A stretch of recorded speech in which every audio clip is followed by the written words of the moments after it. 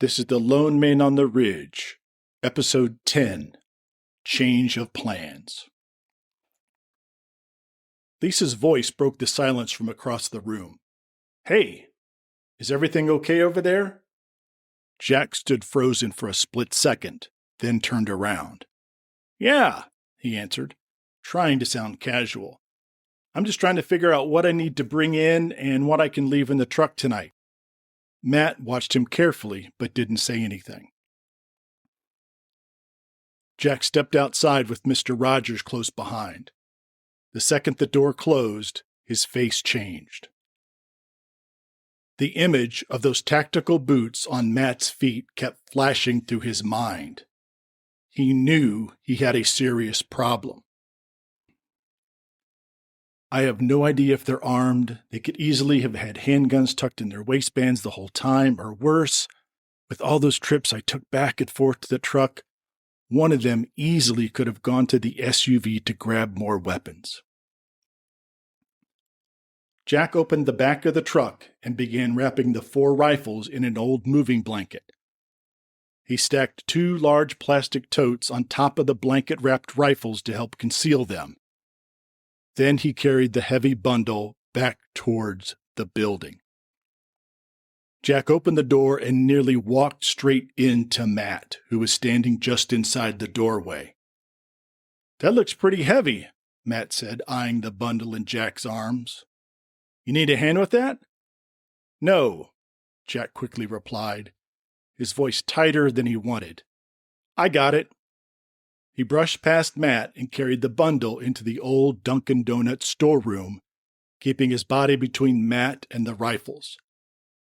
After setting everything down, he turned back towards the main room and said, "I get everything I need out of the truck.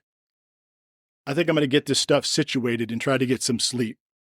Matt stared at him for a long time. "Yeah, I think we're going to try to grab some shut-eye too." He gave a thin smile that did not reach his eyes. "Tomorrow's going to be a very busy day for all of us."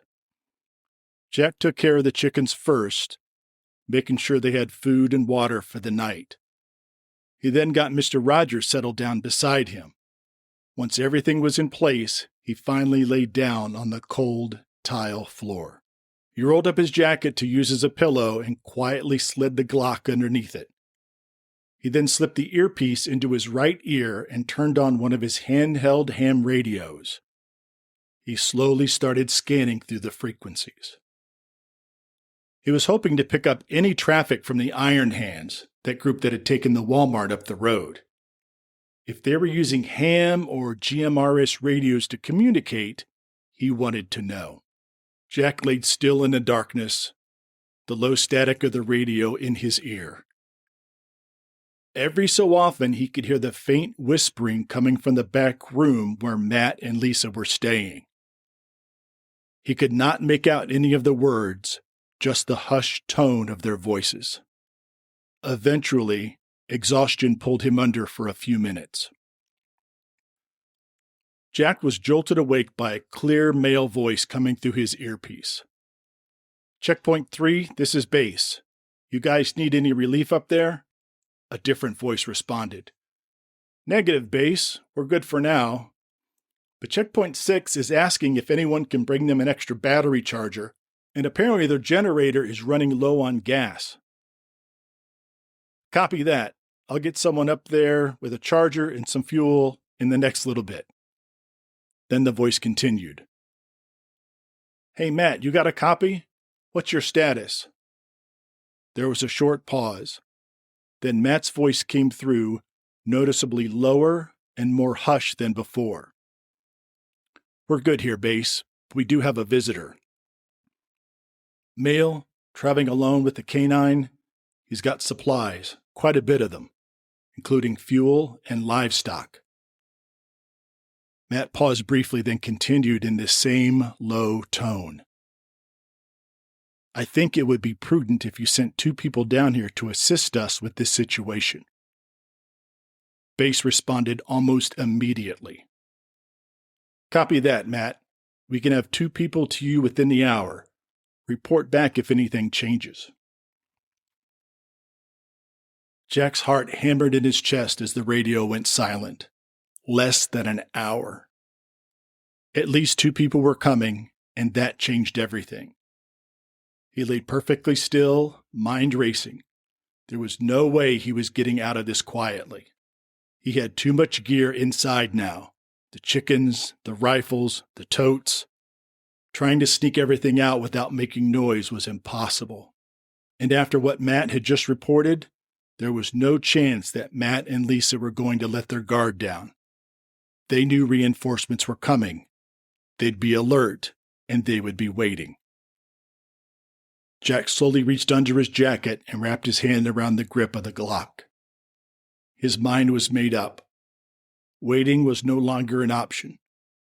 He wasn't going to sit there and let them trap him like an animal. He looked over at Mr. Rogers, who was already staring at him, tense, alert, and ready. It was time to move. Jack silently sat up and gave Mr. Rogers a hand signal. The dog rose to his feet instantly, tense and alert. Jack moved quietly the short distance to the bundle of rifles. He reached in and pulled out one of the rifles. Even in the dark, he immediately recognized the green dot sight and the mounted flashlight. It was an AR-styled rifle. He quietly pressed the magazine release and slid the 30-round magazine out. By the weight of it in his hand, he could tell it was about half full, roughly 15 rounds. He carefully slid the magazine back into the rifle and flipped the safety off. Jack wanted to pull the charging handle to confirm a round was in the chamber, but he knew that sound would carry far in a quiet building. He would just have to assume there was one in the chamber. Jack moved silently out of the Dunkin Donuts storeroom, rifle up and at the ready. Mr. Rogers stayed glued to his left leg, moving with him like a shadow. Then he heard it. The faint click of Mr. Rogers' nails on the title as the dog shifted his weight. It was barely anything, a sound that would have disappeared into the background noise of a normal day. But there was no background noise anymore, and Matt had been listening. When Jack turned the corner, Matt was already standing, pistol raised and pointed directly at Jack. Lisa stood slightly behind Matt, her pistol also drawn. A bright flashlight mounted underneath the barrel lighting up Jack's chest. So they were armed the entire time. Either they had the pistols tucked away from the start or they slipped out to the SUV while he was making trips back and forth. To Jack, it really didn't matter which. What matters was that this was the worst-case scenario now staring him in the face.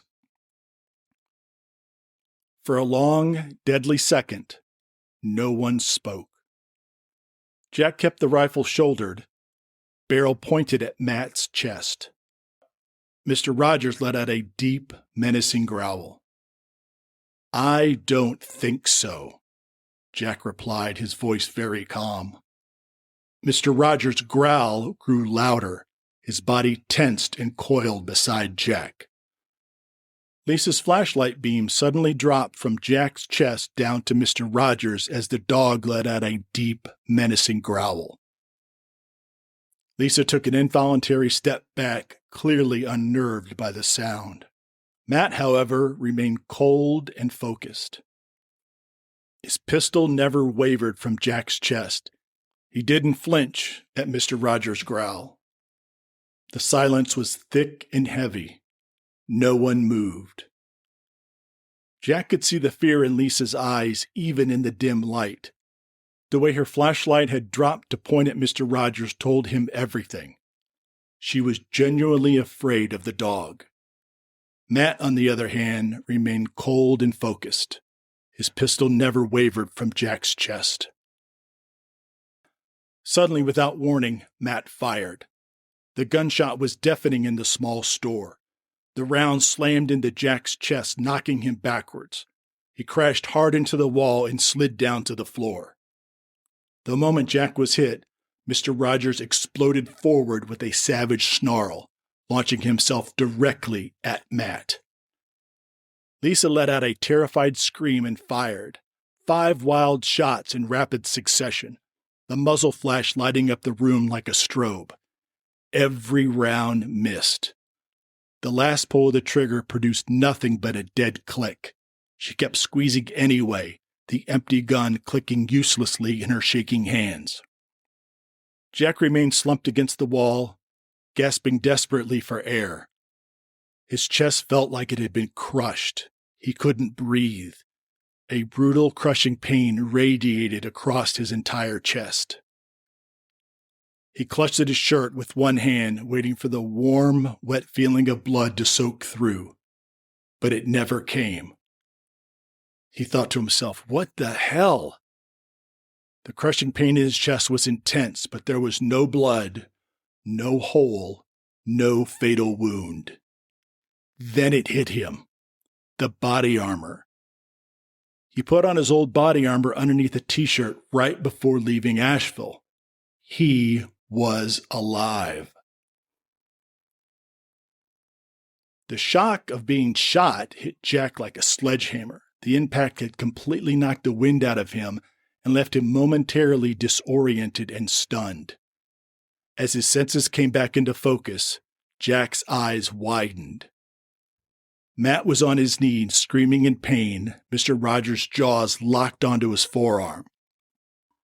Matt was desperately trying to swing his pistol towards the dog with his free hand, but the angle was impossible with 75 pounds of muscle dragging his arm to the ground. The rifle had fallen several feet away from Jack when he was shot. There was no time to reach for it. Jack drew his Glock and fired 3 rapid shots. All 3 rounds slammed into Matt's chest. Matt collapsed sideways, the pistol clattering out of his hands.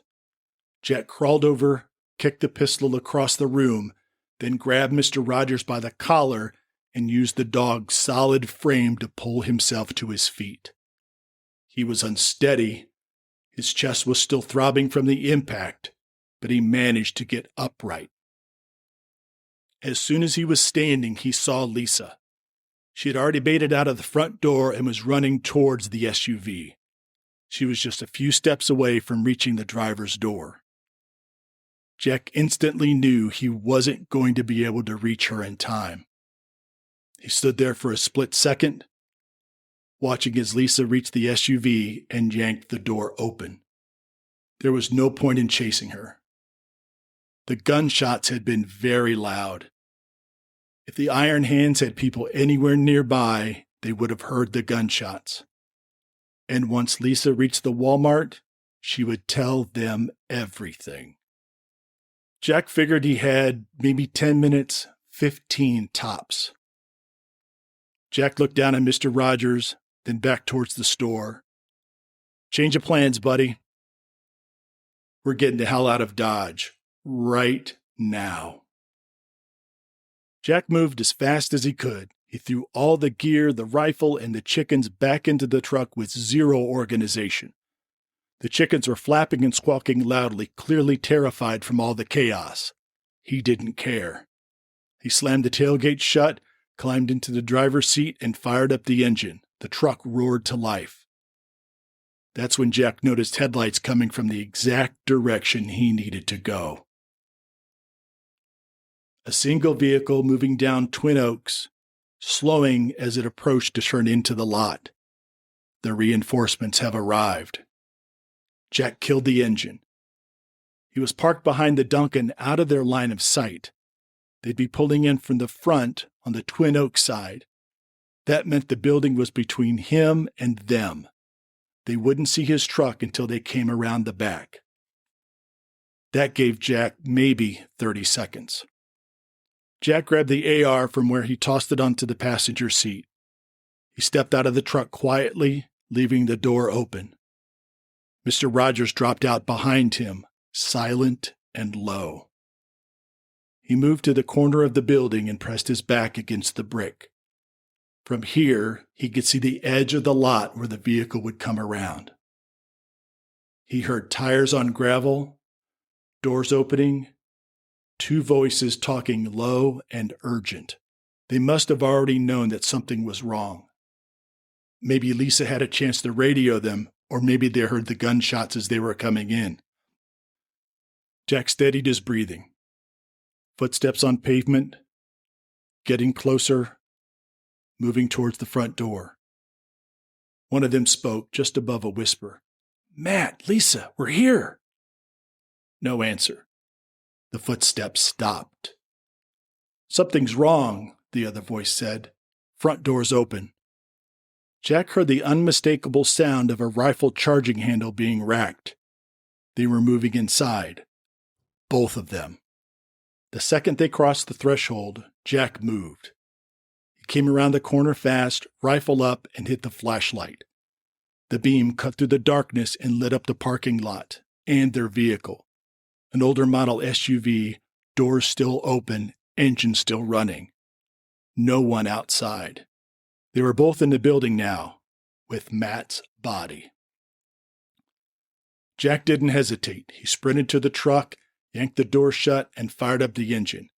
He threw it into drive and swung around the building toward Twin Oaks. He was past their SUV and pulling out onto the road before he heard shouting and screaming from inside the store. By the time they made it back outside, they were staring at Jack's taillights.